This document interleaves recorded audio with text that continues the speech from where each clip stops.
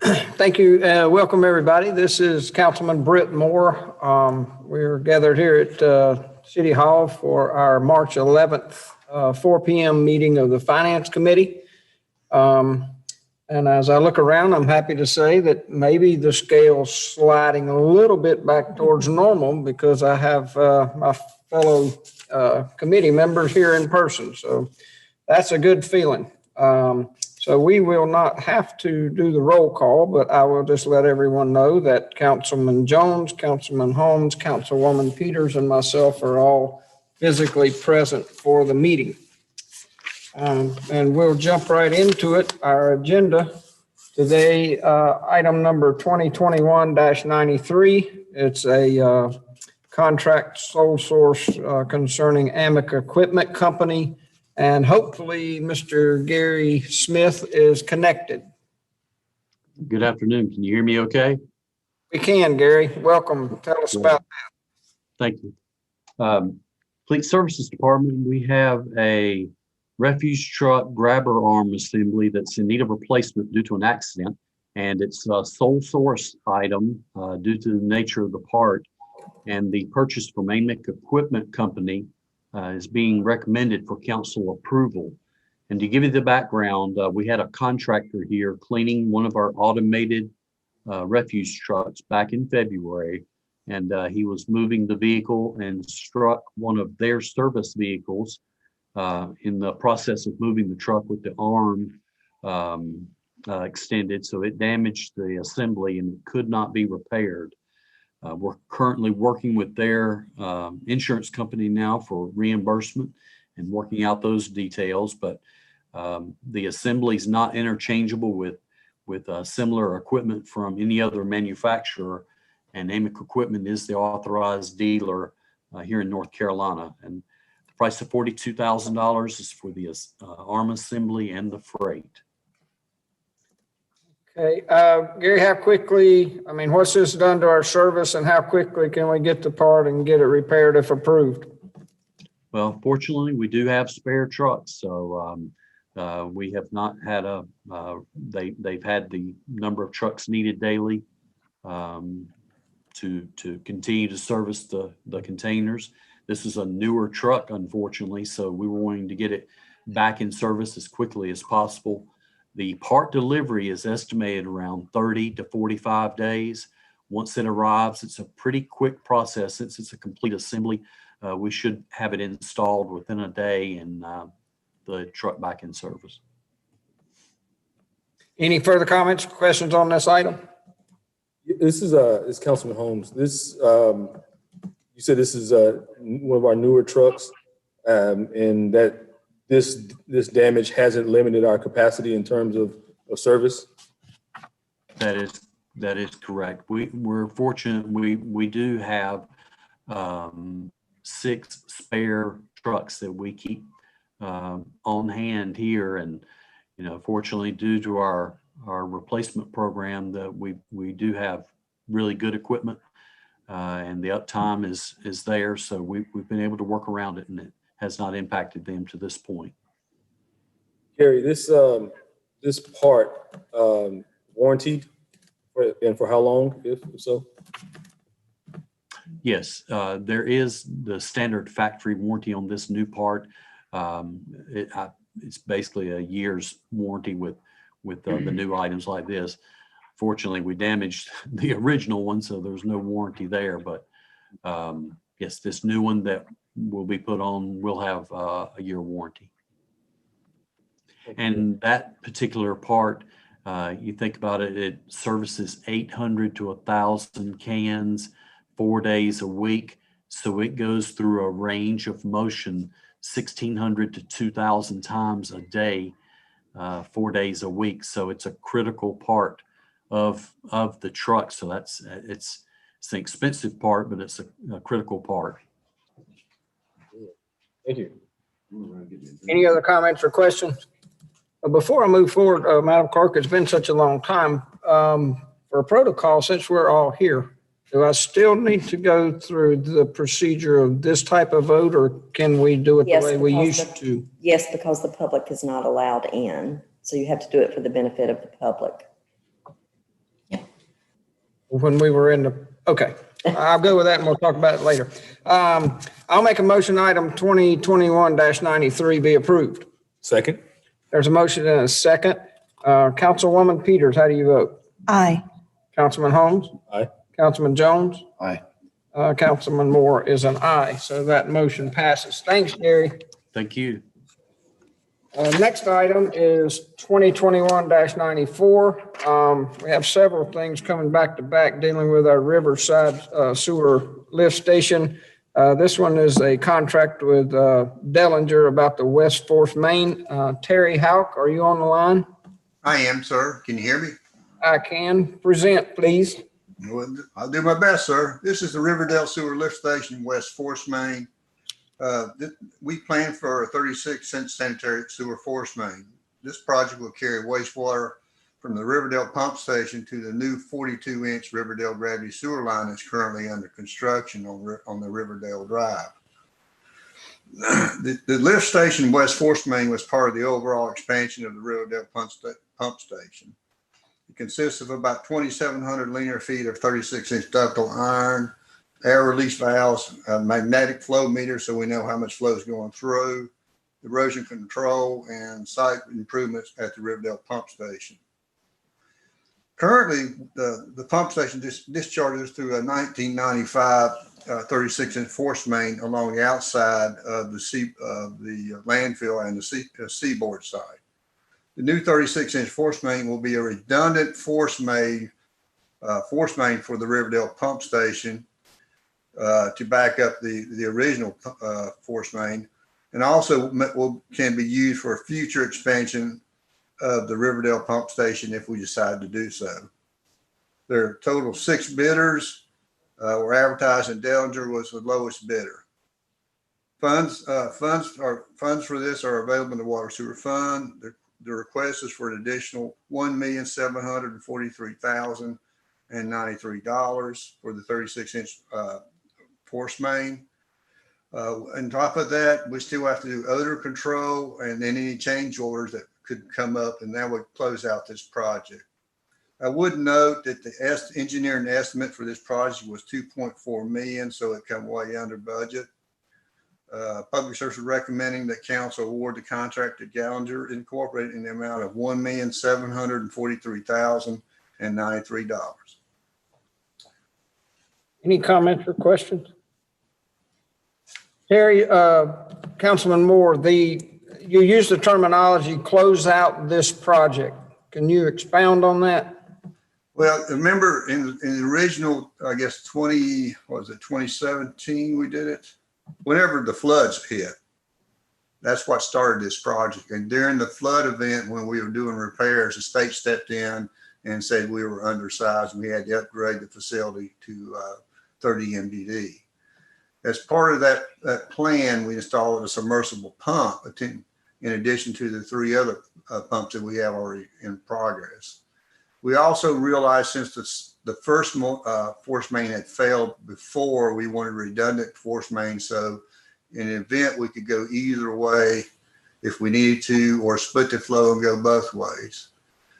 As part of the repairs, we decided to add odor control to protect the control systems and the wet wells, and to prepare for future expansion. This right here will finish out this phase of the project. If the desire is to move forward with expansion or repair of the station, then that would be a different project that is budgeted. Thank you, Terry. I seem to have remembered some of that, but I just feel like sometimes these type of projects that are more of capital nature that take a long time, we had some new members come on since 2017. So some of these things need a little perspective sometimes, and refreshing for those of us that are still on. Yeah, well, it's been a long project, I have to agree. Yeah. Any other comments, questions on this item? Yeah, Terry, this is Councilman Holmes. Yes, sir. Do we have a existing relationship with Dellinger? Have they done work for us in the past? I will say that Dellinger is building the gravity line across the street. Well, I was just, looking at they're about 200,000 under the next lowest bid. So I didn't know if there was, some good reason or a lot, past relationship where we were able to get If such I a. would, if I was going to speculate, it's probably because they're already mobilized. Okay. All right, thank you. You're welcome. Anything else? Seeing none, I'll make the motion that item 2021-94 be approved. Second. There's a motion and a second. Councilwoman Peters, how do you vote? Aye. Councilman Holmes? Aye. Councilman Jones? Aye. Councilman Moore's aye. That motion passes. Thank you, Terry. You're welcome. Chairman Moore, if I could ask that you identify who is making the motion and the second for the public, please. Oh, okay. The motion was made on the last item was made by Councilman Moore and it was seconded by Councilwoman Peters. That'd be great. If you guys would just identify yourselves like Madam Clerk said a while ago for the public. All right. I'll take responsibility for that. I was so excited to have all the members here. I forgot protocol. Sounds good. Thank you. Thank you. Next item is 2021-95. It's an ordinance of a capital project, again, dealing with Riverdale Sewer Lift Station on the West Fourth Main, and the presenter is showing is Bobby Fitzjohn. Are you there? Yes, sir, Chairman Moore. This is a project budget ordinance that will carry this Riverdale West Fourth Main expansion through completion, as Terry was just, talking about. This is $1.7 million contract you just approved, plus another contract that's currently out to bid, which is much smaller, and a very small contingency built in. But this will set up the project budget ordinance so that we can later issue revenue bonds to reimburse us for this project. Comments or questions? Seeing none, I will make the motion that item 2021-95 be approved. Second. Holmes. There's a motion by Councilman Moore. It's been seconded by Councilman Holmes. Councilwoman Peters, how do you vote? Aye. Councilman Holmes? Aye. Councilman Jones? Aye. Councilman Moore is an aye. That motion passes. Thank you, Bobby. Next item is 2021-96. It's a change order request for Crowder Construction dealing with some phase one repairs at Riverdale Pump Station. Terry, are you still with us? I am, sir. All right, go ahead. This is the Riverdale Pump Station Phase 1 repairs at Crowder. It's change order 3. We're requesting you approve change order 3 to Crowder Construction for additional construction materials and work outside the scope of the original contract for the repairs of Riverdale Pump Station. In 2019, City Council awarded the contract to Crowder Construction for $3,726,504 to construct phase 1 expansion. It included installation of the 10 MGD submersible, construction of additional piping to connect the existing force main, and connection of a new generator and electrical equipment to increase capacity 30 MGD. The project declared a pressing need. Change order number 3 is the final adjusting change order and includes additional items required for the lift station and unforeseen conditions. Public Services recommending that council approve change order 3 to Crowder Construction Company in the amount of $146,864.62. I take that back. We didn't go back as far as 2017. We went back to 2019. Still a long time. Any comments or questions? In this change order request, just a couple examples of unforeseen conditions you found there? Well, one of the ironic things is that we have to meet the new code requirements. And in the wet well location area, we have 2 access hatches. We had to install a new access hatch to remove the submersible. That access hatch had to be watertight to meet the new code requirements. However, the access hatch It allows us to go in the well, it's not watertight, but we have to meet the new code requirements. We had to install some hydraulic pumps, we changed the position of the chairs to get aluminum stairs to get in and out of the building. Had to do some additional fencing. Had to do some pressure grout and still install an odor vent for the future odor control system. The new code requirements came from where? The state and our code enforcement. And public services always brings, we believe if the code requirement requires it to be done, we do it. We don't ask for a grandfather clause because we hold ourselves accountable just like everybody else. Any other comments or questions on this item? Anybody want to jump in with a motion, or you want me to keep going with a routine? Jones. So move. There's a motion by Councilman Jones and a second by Councilwoman Peters. Councilwoman Peters, how do you vote? Aye. Councilman Holmes? Aye. Councilman Jones? Aye. Councilman Moore is an aye. That motion passes. The next item is 2021-97. It's a sole source contract for repair of centrifuge number 1. This is at our East Side wastewater treatment plant. Terry? Yes, sir. Public Services is requesting that GEA be allowed to perform the emergency repair on centrifuge number 1 at East Side wastewater treatment plant. We have 2 centrifuges at the plant that are used for dewatering solids as part of the wastewater treatment plant. The centrifuges were installed as part of the upgrade to residuals management facility in 2016. Centrifuge number 1 recently experienced excessive vibration and went into shutdown mode, which it is programmed to do. Upon further investigation, it was determined that the coupling between the motor and the gearbox has failed, and the exact cause of the failure cannot be determined without disassembling the unit. GEA is the manufacturer of the unit, and we are recommending that they perform their major rebuild, which basically replace gasket seals and bearings or as part of the emergency repair. And we're recommending that to maximize the life of the unit since they're fairly new, and to use only GEA parts.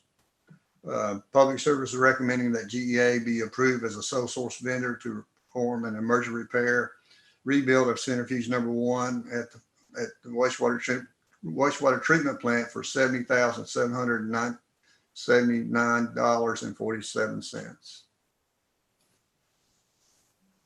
Question? Terry, this is Councilman Holmes. What is the normal expected life cycle of this unit?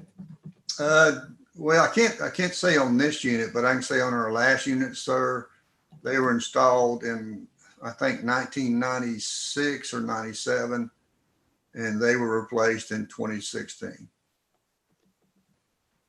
Thank you. How long is the unit down and expected to be down? I expect it to be down probably, I'm going to put in the neighborhood of 4 to 6 weeks. We have another unit.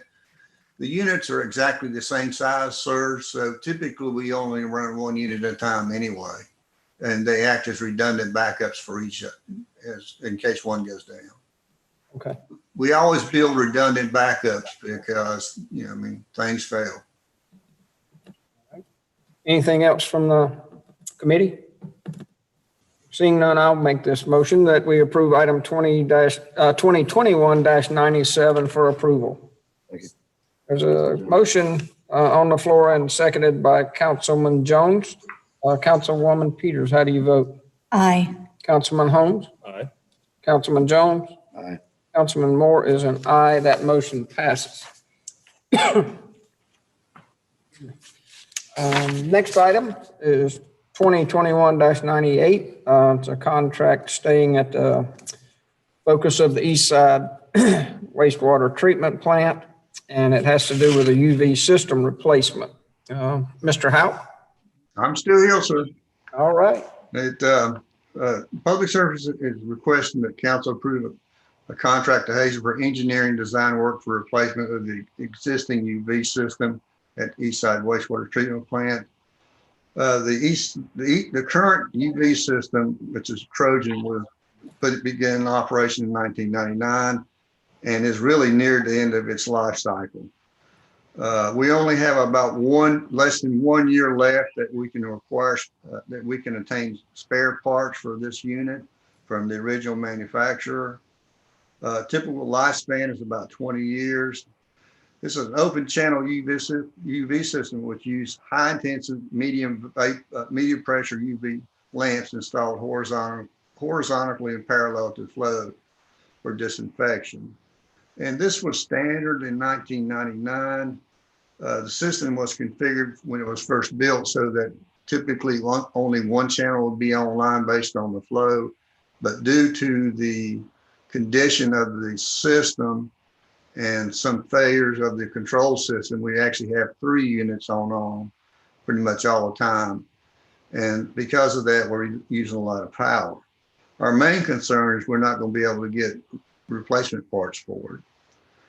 The scope of the project will be to perform engineering design work for replacement of the existing UV system with a new UV system.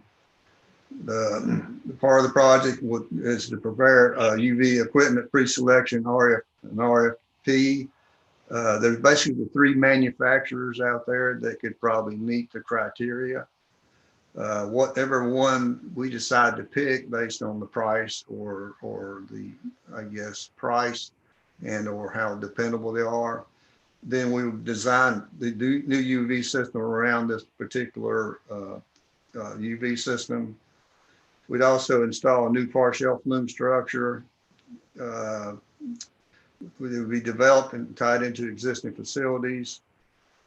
Demo of the existing UV system, bidding phase service and construction management activities, including submittal and inspection services.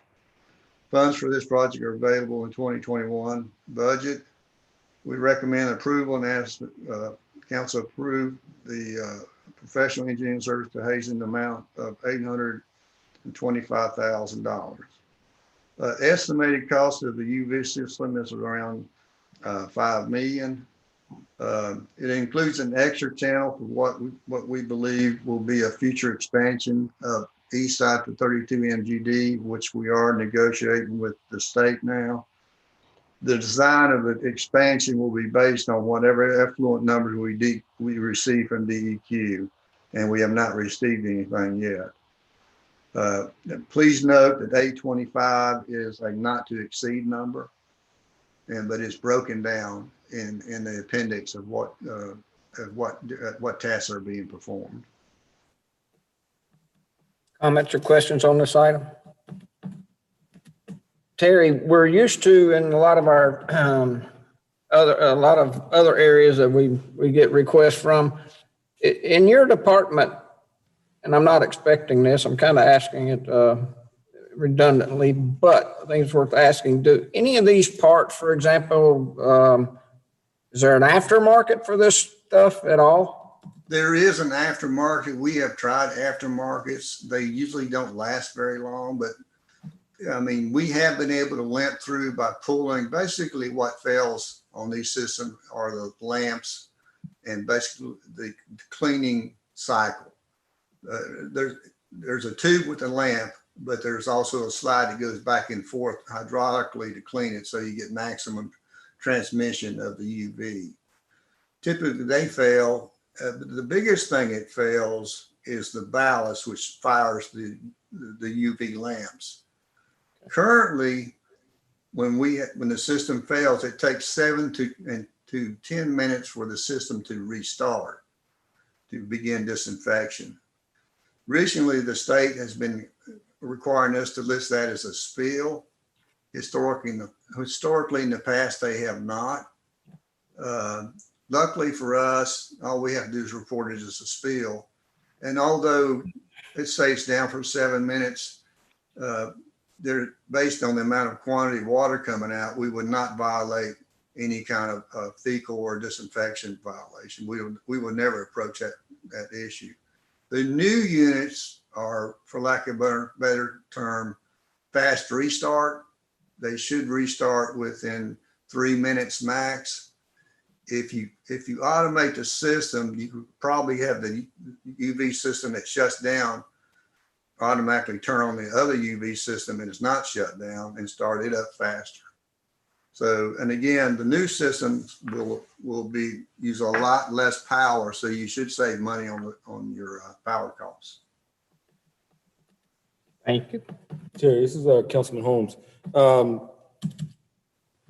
This system upgrade is this kind of get us out of the way of potential DEQ issues? It's as much as I just say it, sir. I think as long as it shuts down and flow is not, I had to say it, the UV system is off, we'll probably have to still send in a spill report. But apparently the systems are getting better where they can do basically an automatic restart or have what they consider battery backup in case you get a blip. And really what it is, it's a blip. It's not really a power failure. It's a momentary blip and it just takes the system offline. If the units at West Side, which are our latest units, would have been, could have been used for this unit, we probably might have requested a sole source and standardized between the plants. But those systems are getting close to be outdated too. So that's why we opened it up to multiple vendors to see what we can obtain. The reason we maintained this system as long as we did, when we upgraded West Side UV system is exactly what East Side UV system is now. For lack of a better term, we scavenged all the good parts off of the old system and saved them as spare parts for this system. But we've about used up all our spare parts. Sounds like the city could benefit from having a fab shop somewhere. You what, sir? I was just saying, we seem like we could benefit from having a fab shop where we could fabricate some of these parts somewhere. Well, yeah, we've been able to patch into the ballast. It's not easy, but we've been able to do it. You'd be surprised what you got to do when you can. Yeah, I understand that. Thanks, Terry. You're welcome, sir. Any other comments? And hearing none, I'll make the motion item 2021-98 be approved. Second. Holmes. We'll go with that. Councilman Holmes has made the second on this one. And Councilwoman Peters, how do you vote? Aye. Councilman Holmes, how do you vote? Aye. Councilman Jones, how do you vote? Aye. Councilman Moore is an aye. That motion passes. Thank you, Terry. You're welcome, sir. The next item is 2021-99, and this is a resolution of the sale of city-owned property at 707 East Kearns Avenue. And with us today is Ms. Kim Thor. Hello. The adjoining owner has offered a bid of $9,000 for a city-owned lot at 707 East Kearns Avenue. The property is about 16,117 square feet or a little less. We acquired it through foreclosure in the 1940s. We found no use for the property. We'd like city council approval to sell through the upset bid procedure. Trying to get to a pick. Any questions on this item?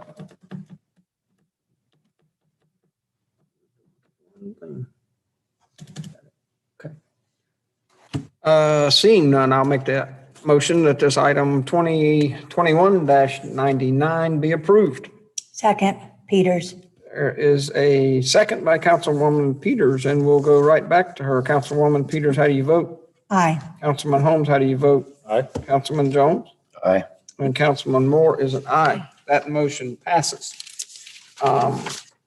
Since I have each other here, we'll all look at each other and I'll ask, is there anybody that opposes adjourning this meeting? We are adjourned.